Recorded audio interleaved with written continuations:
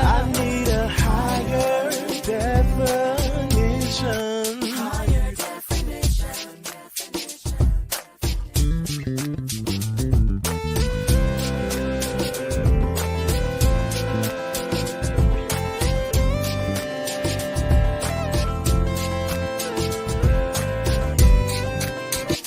I've been searching for more. When will I find it? When will I see it? What will I do? When will I know? Take me higher. There's gotta be more. Gotta be more.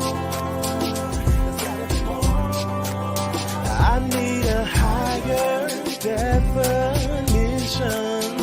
than what it seems. There's gotta be more. Gotta be more.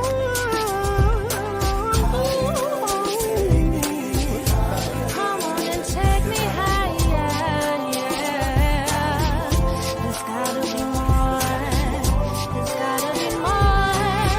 I wanna know beyond all the rules and even past the school. I wanna know more, yeah, yeah, yeah.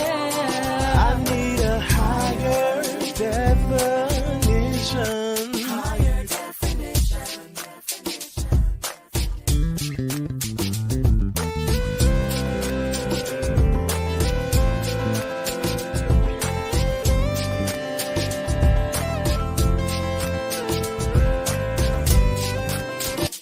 I've been searching for more. When will I find it? When will I see it? What will I do? When will I know? Take me higher. There's gotta be more. Gotta be more. There's gotta be more. I need a higher definition than what it seems. There's gotta be more. Gotta be more.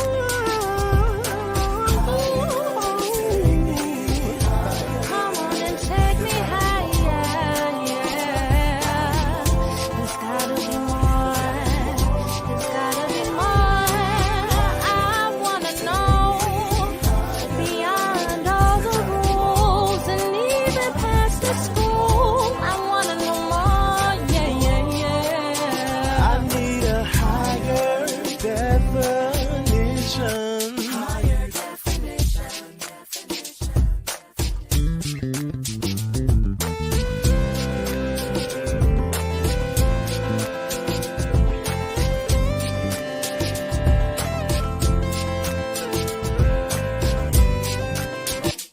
I've been searching for more. When will I find it? When will I see it? What will I do? When will I know? Take me higher. There's gotta be more. Gotta be more. There's gotta be more. I need a higher definition than what it seems. There's gotta be more. Gotta be more. All right. We're back. We welcome you back to Higher Definition Radio, where it is always our goal and our aim to take you higher. We are so blessed this morning to have back with us Miss Tinisha Springs. Thank you. Good morning. And Tinisha is an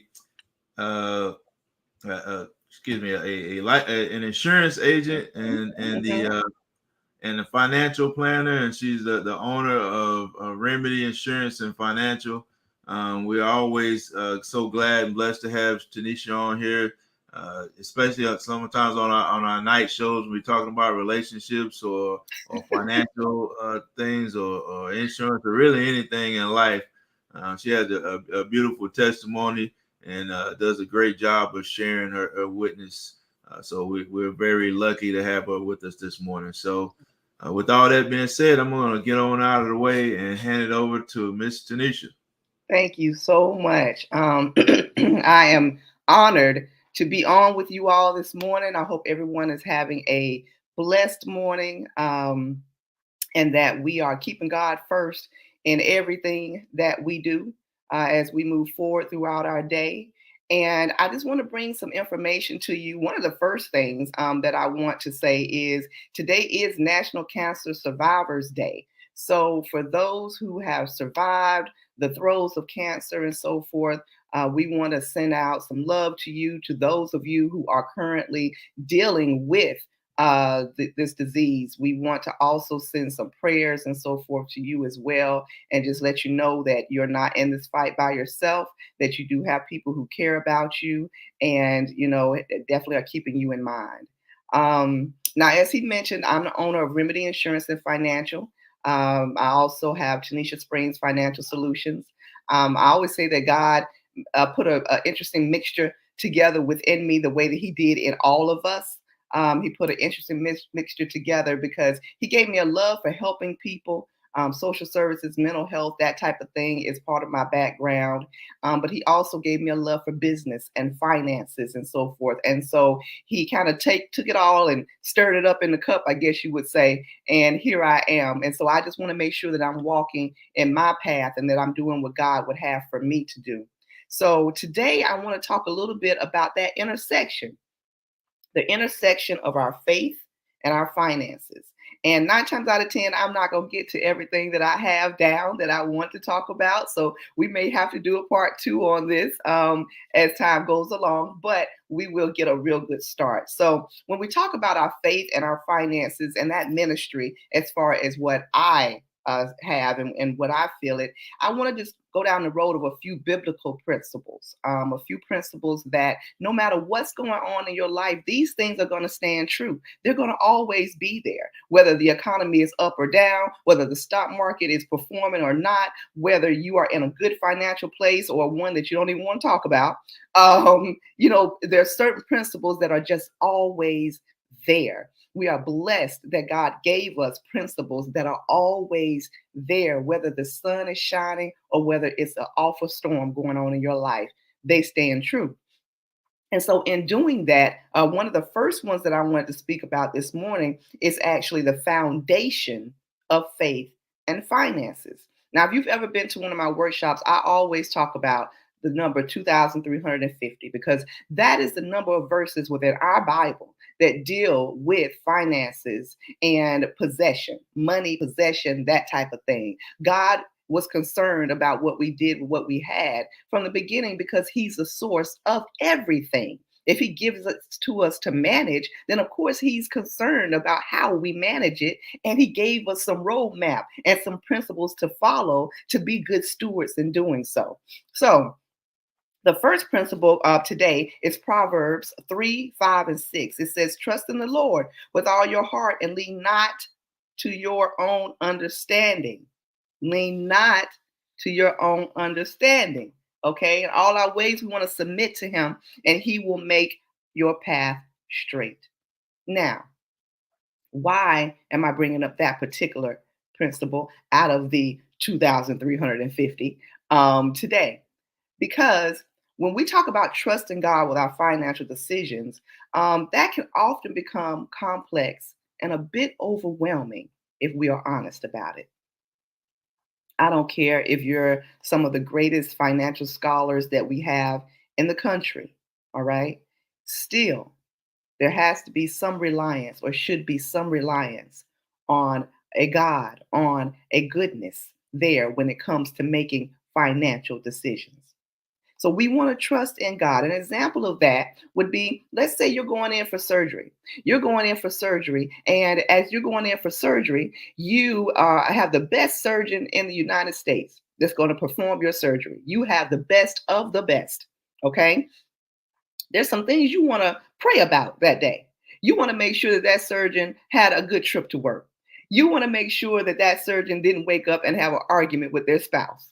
You want to make sure that that surgeon on that particular day didn't wake up that morning and have a stomach ache that they're telling nobody about. You want to know that that surgeon's hands are steady. You want to make sure that in their mind mentally that they're not dealing with their own mental issues on that particular day, because they are a human being like everybody else. There's certain things that you still want to be in place. You want to be in prayer before you go into that surgery, that things go in the way that God would have them to go, and that He is intertwined in every second of that surgery. All right.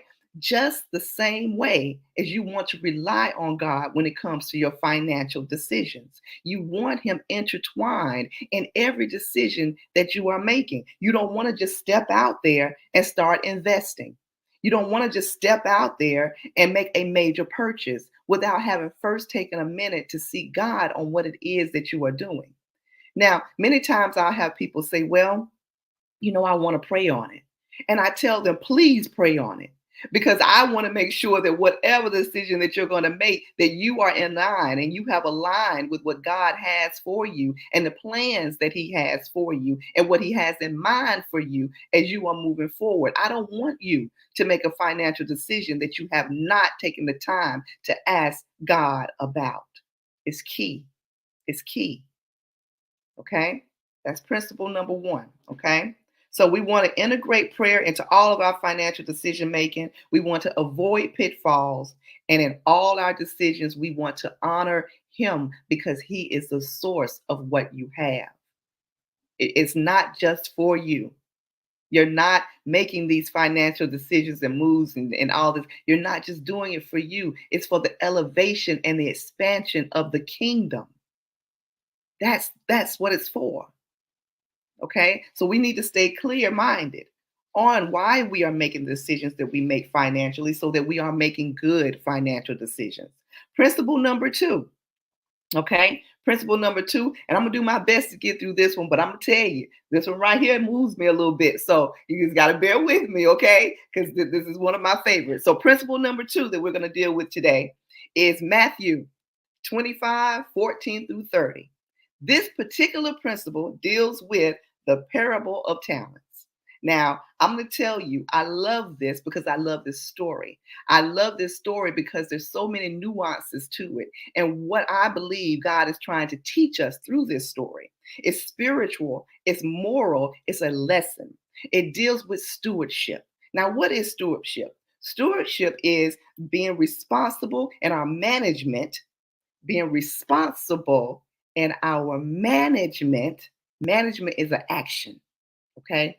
So being responsible in our management of our resources and our abilities that God has entrusted to us. Within this particular story, we have 3 servants, right? All right, so we have 3 servants and we have a master, all right? So now, the master has given, all right, these servants talents according to their ability. Now, we can just stop right there. Bear with me. He gave them talents. And if you do a little research, you'll see that talents back in Jesus' time could have been anywhere, if you had to break it down to a monetary amount for you to get things, straight, then we're going to say between $500,000 to $1 million. So let's just break it down to money if we need to. That's fine, okay? And so we'll break it down to money. So He gave them talents based upon their abilities. Based upon their abilities. Many of us don't even know the extent of our own abilities because we've never got out there and exercised what God put inside of us. We know how far we can go. We don't even know what we're capable of. But that's how they were given their talents. So they were given talents according to their abilities. Now, one servant was given 5 talents. He was given 5 talents, all right, according to his ability. All right. The next servant was given 2 talents according to his ability. And then the third servant was given 1 talent according to his ability. We are all different. We all have different abilities. Okay. All right. We all have different things that we are capable of achieving, but they were given according to their ability. All right. And so now the master goes away and then he comes back. When the master comes back, he wants to see, hey, what did you do? I've been gone. I gave you these things. I entrusted this to you according to your ability. All right, what you produce? What happened while I was gone? All right, so the one who was given the 5 talents according to his ability, all right, master, hey, I'm here. I'm here. I doubled it. Double for your trouble. I doubled it. I'm back with 10. That's what I did. The one who was given 2 talents according to his ability, all right, master, hey, I'm here. I got mine. I doubled mine too. I'm back with 4. All right. Then we get to the one who was given the 1 talent according to his ability. Now, this is what he decided to do. He decided to go and bury his talent. His words to his master went something like, well, master, I know you to be a harsh man, right? I know you to reap where you have not sown. I know you to gather where you did not scatter seed. Okay, I know this of you, master. And then out of fear is not something that God gave us, number one. Let's pause right here, okay? Because out of fear, he took an action. Out of fear, he had already pre-planned what he was going to do. Out of fear, he hid the talent in the ground. He said for safety, right? And he returned it without an increase. He took the talent, even though the master knew his ability. Now, if the master knew the ability of the other 2 servants, and he knew that they had the ability to come back and double their talent, and they did, then it would make sense that perhaps he figured that this particular servant could come back and have doubled his talent, which means he would have returned with 2 talents since he was given 1. But instead, what this servant did was he took his and he said, well, master, I know you to be a harsh man. Hey, we done seen you, you went out there, you reap where you didn't sow. We done seen, you gathered where you didn't scatter no seed, master. I done seen that and I'm scared. And because I was scared, I went and I hid my God-given talent. I hid it in the ground. I have a question for you. What talent do you need to dig up? You see, many times what happens to us is we allow what we have seen in the world or what has happened to us personally to input in us a fear that was not given by God to begin with. Okay, because God does not give the spirit of fear. So we allow what has happened to us to put us in a box, to shape and mold our thinking and our mind.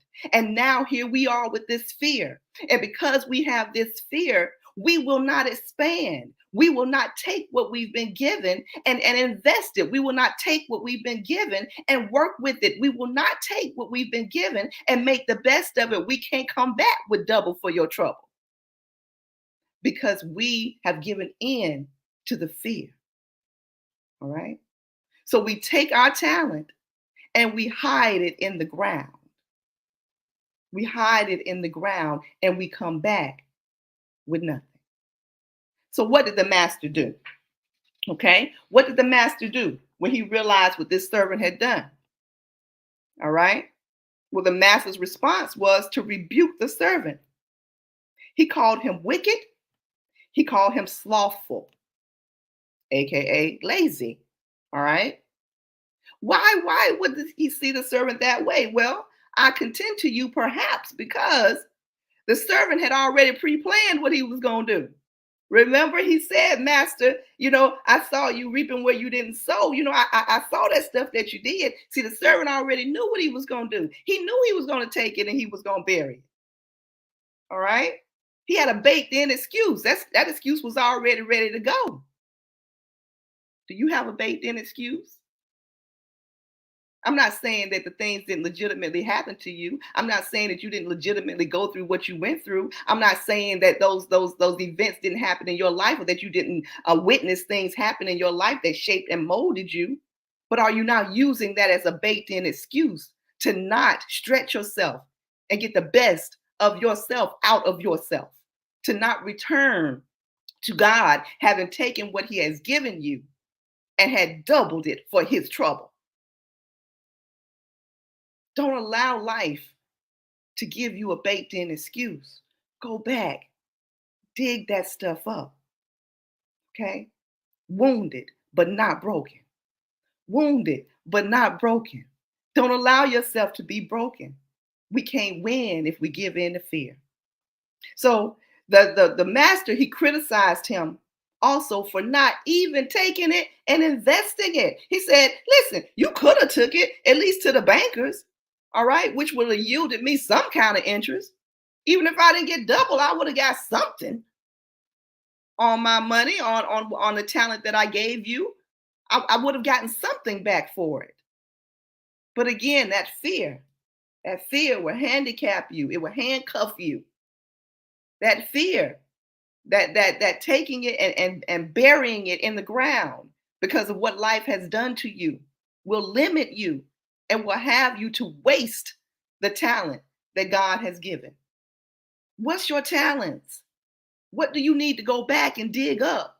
What do you need to go back and resurrect and say, wait a minute, I can use this. I can return this to God.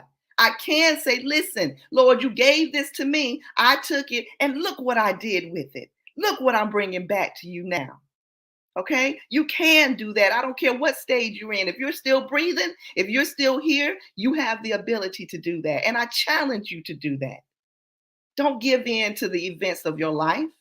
Don't say, okay, that happened, and so now I can't get out here and I can't do this, and this. Yes, you can. Yes, you can. Why? Because you're still here and you still have an opportunity to do it. So what did the master do? He took that talent from that unproductive servant and he gave it to the one with 10 talents. Why? Perhaps because he knew the one with 10 talents, he been through some stuff too. But he gonna take this right here and he gonna double it. Okay? He gonna take this here and he gonna work with it. He gonna be active with it. So what's the moral of that particular? And like I said, I know I won't get to all of them, but what's the moral of that particular one? And the lesson there, number one, accountability. Utilize your gifts and your talents and your resources wisely. Use what you have been given, no matter what it is. If you are a wonderful speaker, use it.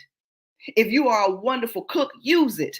If you fix cars better than anybody else, use it.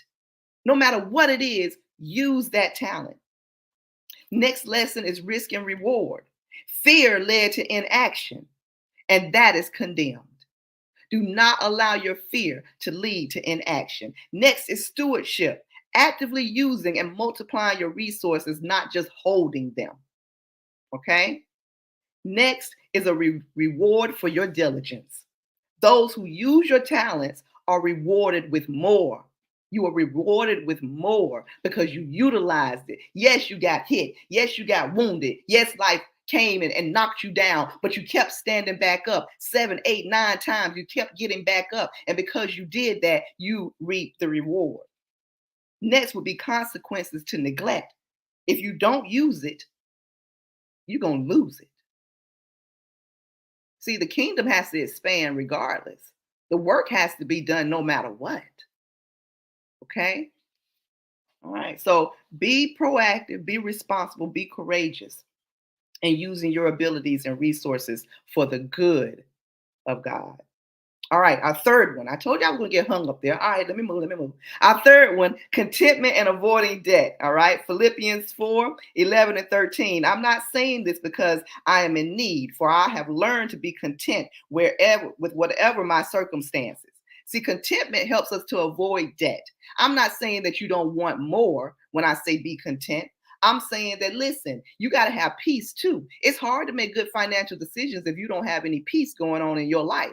And if you have overextended yourself and accumulated all this debt and anxiety when it comes to your finances, then it's very difficult for you to say, oh, I need to move forward. This is what I need to be doing. So we want to make sure that we are in a place where we cannot be overspending, where we can make good financial decisions. An example, we're not trying to keep up with the Joneses. You don't know the Jones situation. You don't know what they're going through. What you worrying about what's going on over there for? Focus in your lane. Manage your lane. If your lane says you need to take a couple of steps back financially, step back. If you need to downsize, downsize. Whatever it is that you need to do for you. Don't overextend yourself and put more worry on yourself, and then you are again handicapped. Don't do that. All right. So because debt can lead to stress, bondage, and an impact on relationships, as we know with marriages and that type of thing, and all the financial issues and the effect that it can have. And not just with marriages, also with parent-child relationships, with all types of relationships. All right. We want to control our money, not allow our money to control us. Our money is a tool. Fourth parable that we want to deal with is generosity and giving. 2 Corinthians 9, 6, and 7. Remember this. Whoever sows sparingly will also reap sparingly, and whoever sows generously will also reap generously. Each of you should give what you have decided in your heart to give, not reluctantly or under compulsion, for God loves a cheerful giver. Okay? Many would say, listen, if you got to give it and you got to be sitting there and stressing over, Lord, when I'm going to get it back and what's going on and what happened with that. You know, if I pull up to the stoplight and there's a person out there and they're asking for some money and I give them some money, when I put it in their hand, I watch the money as I put it in their hand. When I put it in their hand, I have released it. I have released it. I have let that go. I have done what God commanded me to do. I'm finished. I don't know if they got a Rolls Royce parked behind the grocery store over there. I have no clue. Okay. But I have done what I feel that God put in my heart and in my mind to do. All right. And I do it under, no compulsion and no regret. So generosity is the cornerstone of a faith-filled life. All right. When we give generously, we reflect God's love and we open ourselves up to receive. I am in a position where I spend time around a lot of wealthy people. And many times what I see with those wealthy people they are some of the biggest givers. They give, they give, they give, they give all the time. They're giving, they give, because they're receiving more than they can ever give out. All right. Next, planning for the future. Proverbs 21:5. The plans of the diligent lead to profit, as surely as haste leads to poverty. Planning. Don't sit back and just let life happen. Because it's going to happen regardless if you don't plan for it or not. All right. So regardless if you're ready for life to come and knock on your door or not, but it's coming now. All right. It's coming. So we want to plan for our future and be wise in what it is that we're planning for. God wants us diligent and prepared, not caught off guard. Caught off guard is not godly. You know that life is going to happen. It's almost like, sometimes with, I deal with life insurance a lot. And so I'll get a call, sometimes even from a family member that such and such have coverage. Have they planned for the fact that we live and we die? Has planning taken place? God wants us to be diligent. He wants us to be prepared, and he does not want us to be caught off guard. An example, emergencies, retirement, long-term goals. If you know you have a goal that you want to retire at a certain age and you're not doing anything to reach that goal, how do you expect for that to happen? I mean, really, how do you expect to get there? If your goal is to retire to the beach, how you gonna get there? There's no planning in place. Okay. So we want to make sure that we have done that, even if we got to start real small, it's okay to start small. I have people ask me many times, I want to start investing my money, but I only have this little bit. Can I start investing that? Yes. Go to your bank, open up a Roth IRA, start putting a little bit of money in there. If it's $20, boo, that's $20 more than you had in there last week. Start small. It's okay. Big things come from small beginnings. An emergency fund. You may want to have an emergency fund for 3 to 6 months. We'll start with month number 1. Okay? That retirement account, that financial plan, start small. And to recap these things, what we want to focus on, you all, is we want to focus on trusting in God, number 1, with all that we have, because we are simply here renting his resources. All right? He allowing us to rent his resources. Give him back double for his trouble.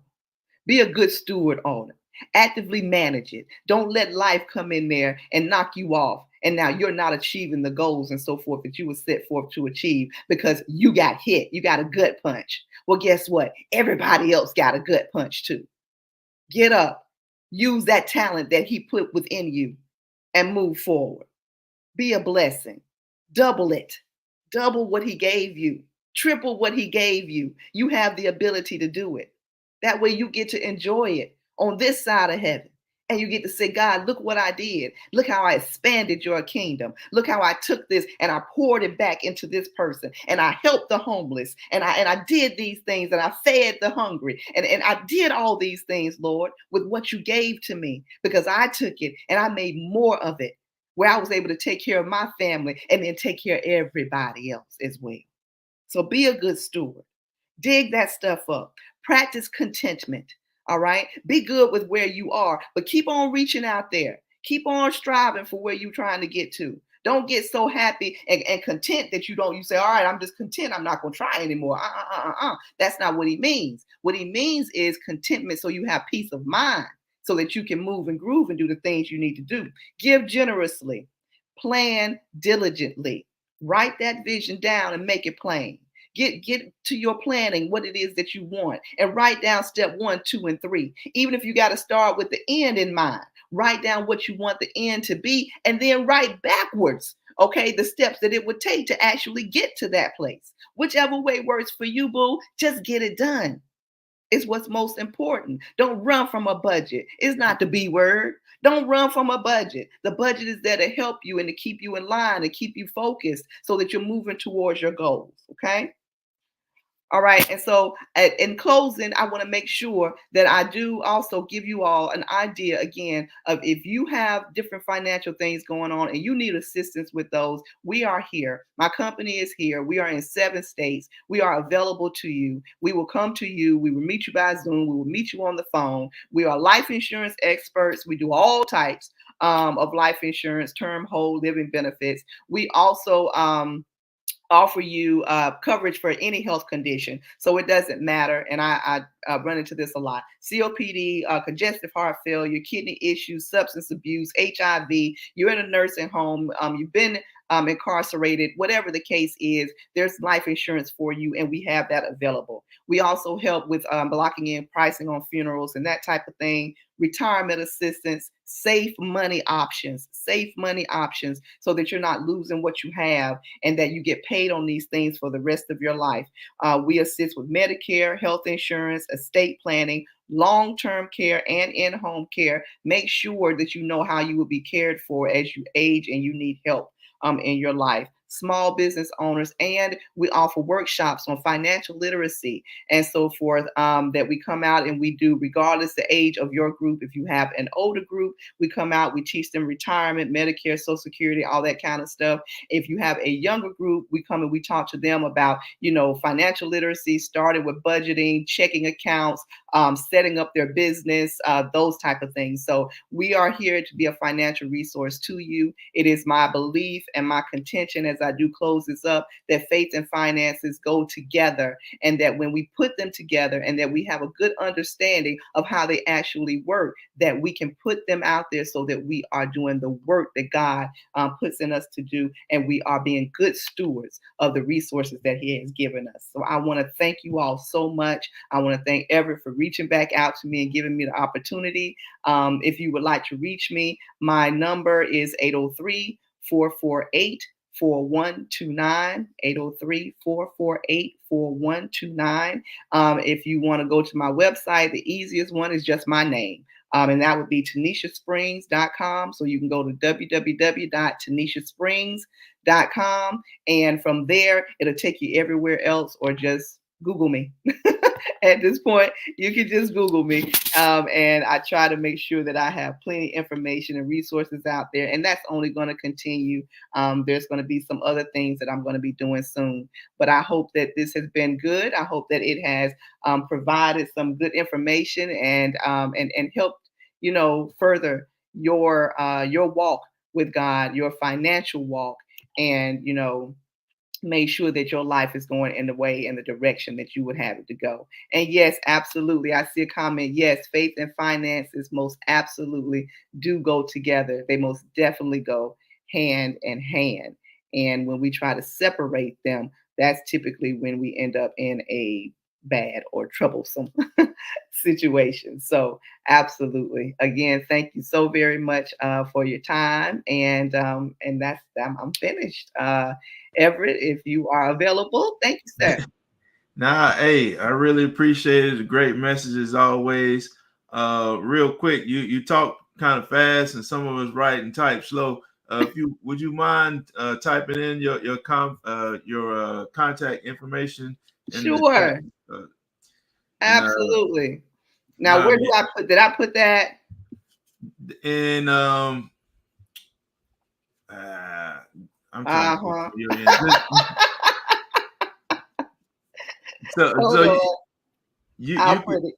you can type it on the Facebook yep, part that's what I'm gonna or on do. the StreamYard. Yeah, either way. Do it right now. But yeah, you blessed us with a lot of information this morning, and yeah, you punched us in the chest. You gave us a lot to think about. Just as far as being trusting in God and being responsible, being good stewards, the importance of giving and planning.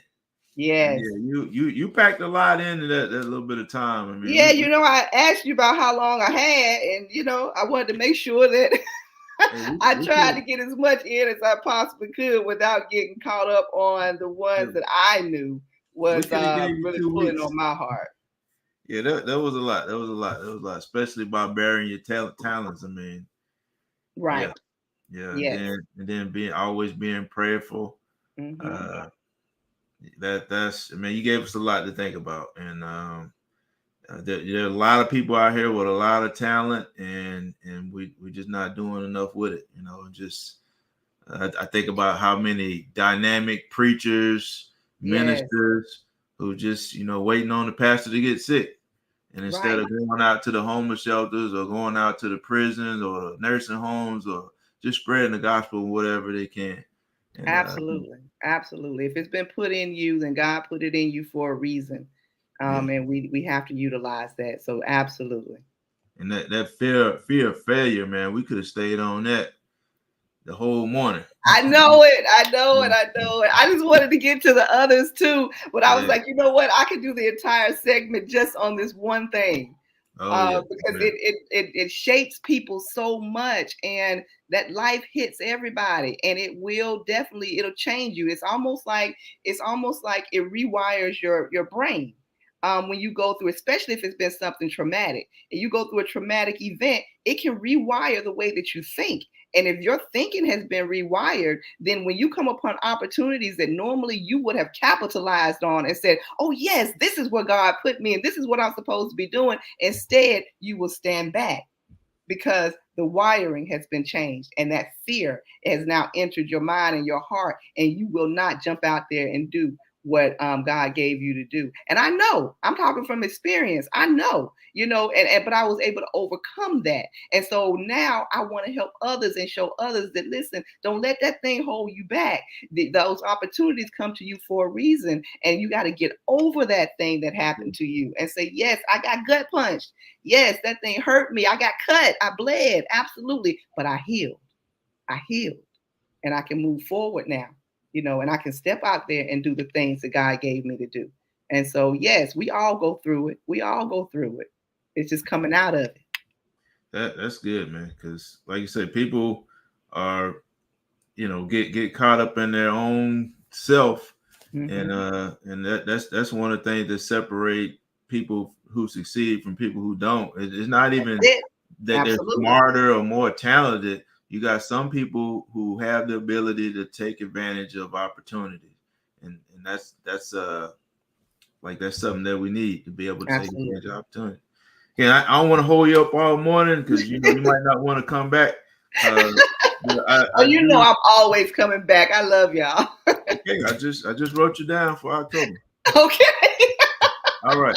I want everybody to keep in mind we have a show tonight. We're talking about current events, some of the things that's going on in our nation and in the community. Let's be in prayer for both and all. And as always, we want to encourage you to find somewhere to get to and worship and serve, and just be a part of a ministry. Again, we had a good message, but it's just the beginning. Let's get out here and get to work. Absolutely. God bless you and have a good Sunday morning. All right. Bye-bye.